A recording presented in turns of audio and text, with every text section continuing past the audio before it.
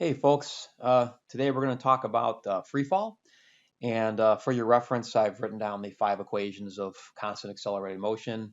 Feel free to write those down if you don't have them somewhere already. All right, so free fall is basically very simple.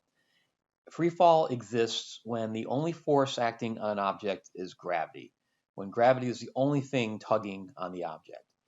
So if you drop, let's say, a baseball, and let's say we're going to ignore air resistance for now, then if you drop a baseball while the ball is in the air, it is in free fall. Okay. How about if we throw a ball upward? So let's say I toss a ball up into the air.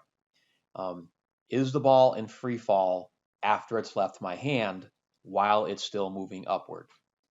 Yes, because the only force acting on it is gravity. So even though it's moving upward, it's still in free fall, which is kind of counterintuitive a little bit, but that's okay. So if you and I were playing catch with a baseball, as long as the ball is not touching our hands, the ball is in free fall. Okay. Now, also, when you're solving problems, remember that free fall is when the only force acting is gravity. So a ball on the ground is not free fall. So, example, if you are asked to determine the impact velocity of a ball with the ground, please do not write zero. Okay, they want to know what's the speed of the ball or the velocity of the ball right at the moment it's hitting the ground. After it's hit the ground, it's no longer in free fall, and these equations don't work anymore. Okay. The good news is we can use these 5 equations because the acceleration is constant. The acceleration is g. The symbol for the acceleration is g. We give it its own name. And it is equal to approximately 9.8 meters per second, and it always points down.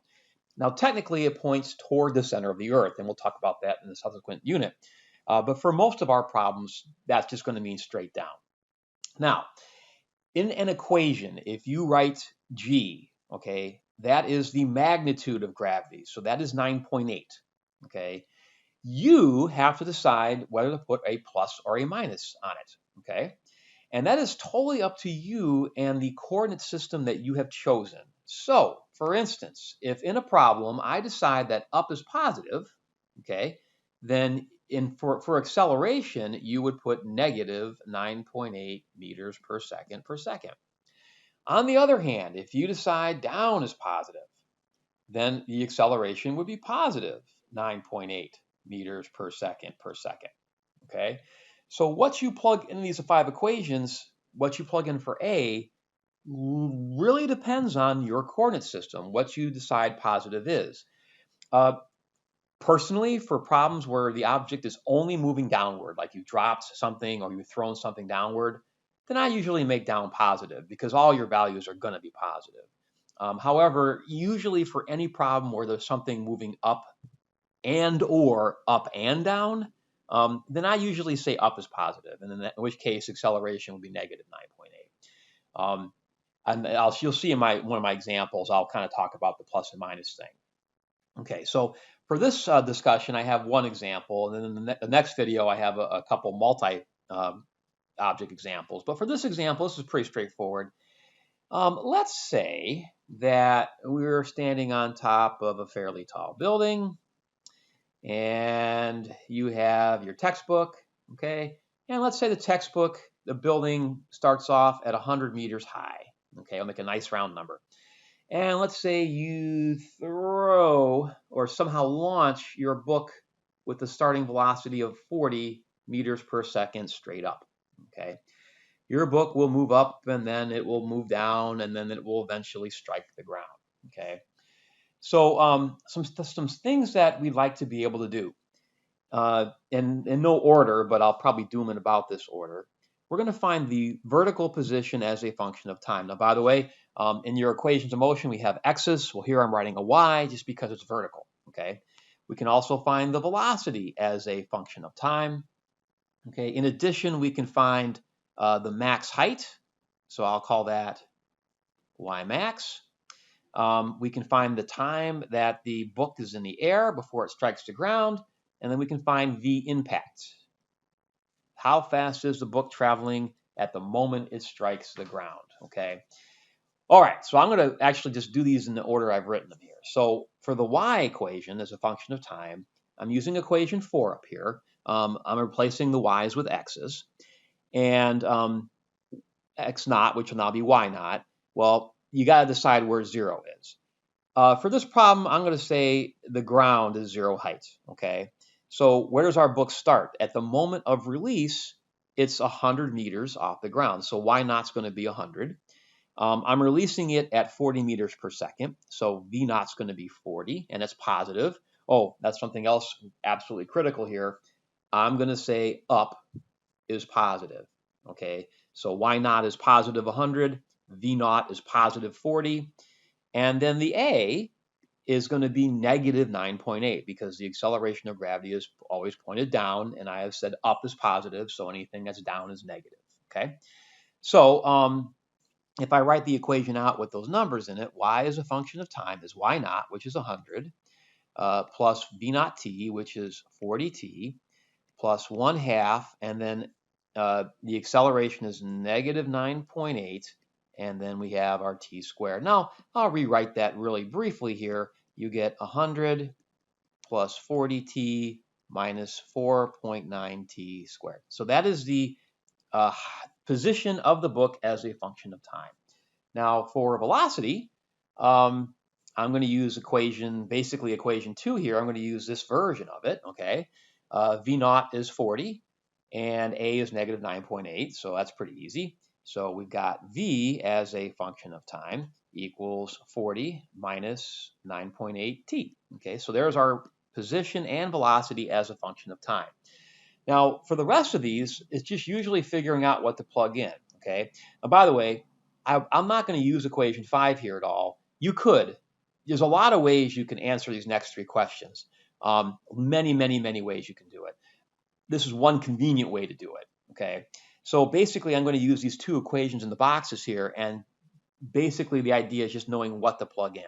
So for y max, well, what do I know when the book reaches the top of its path over there?